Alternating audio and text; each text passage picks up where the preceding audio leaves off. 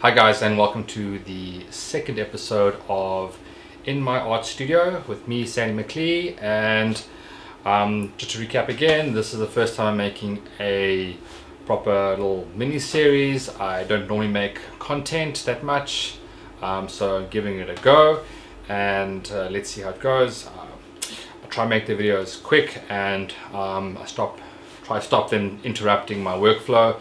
So if they look a bit rustic and dodgy, please excuse me. I'm not here to make high quality videos, but to create a decent content for you to maybe learn and get some insight in my process and work, and also good practice for me to make some content and see how it goes. Okay, just to recap on the previous episode, I was starting an artwork that's 2.4 meters wide, something I haven't done before, so this is new to me. It is a body of work that I normally do at 1.6 meters. So with this, we're going to be learning all different things when it comes to doing larger artworks. So we did the file preparation last time, and now we're just going to do the final part of getting it ready for print and printing it. Okay, so let's get into that file and see how it goes, guys. Yeah. So when I build this image, like you saw earlier, what I've done is in this digital comp, I take actual measurements of the edges, top, bottoms, and sides of the corners of the right and left panels or images. And then that kind of gives me a guide to build the artwork and place everything correctly. Everything is planned completely to the millimeter in Photoshop. So let's have a look here and you'll see, and then we can double check together what so we're going to be having a gap of 100 mils top and side, and at the bottom we'll have 115 mils on that side. That semi corresponds to the other side. Because of the images, you can see that the whole image isn't perfectly linear. It kind of moves and waves around, and so the measurements on the right and the measurements on the left won't be the same.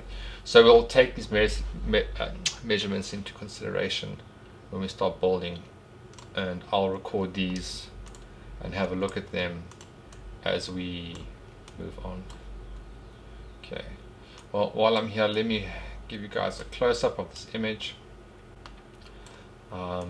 It's kind of like one of my new favorites, and probably because a lot of people are saying that they like it quite a lot.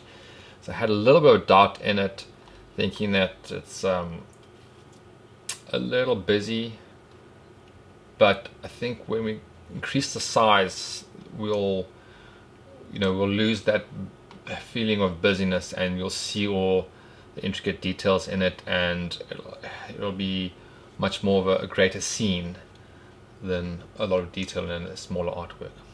So we've got a cyclist here.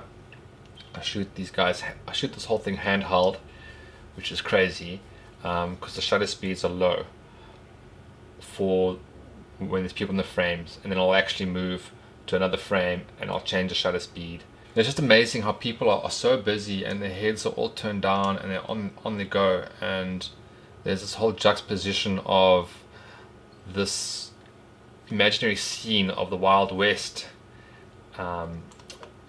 horses, and there's a whole hold up or a robbery in progress, and then you get this like mundane life of everybody just walking past, heads down on their phone, not greeting each other, kind of in their own world, and they're just passing this other world. It's just there's this whole like parallel universe feel to it. And when I was standing there doing these shots, I probably sat there for a while and stood up and did some more shooting and that, and I kind of got a whole feeling for the scene. People probably think I was loitering, but it was just amazing, like seeing people like just oblivious to what's around them. Maybe they've seen this thing before and they kind of know it, but it just seems people just carry on their daily lives and no one greets each other, and maybe like an image like this that's a hold up is quite hectic and energetic, and and people just pass by, and it's just amazing. Okay, I'm gonna save this and prep it for printing. That's a bit boring, so I'll catch you later. So before we go ahead and do this, I have a book here which is my code book for everything in art that I do, measurements and notes on how to build stuff, anything that's intricate that needs remembering, and changes to stuff. It's a complete mess. If anyone picks this up, they're going to think I'm insane. So on this page, I'm just going to make a note, very loosely for now, and do the large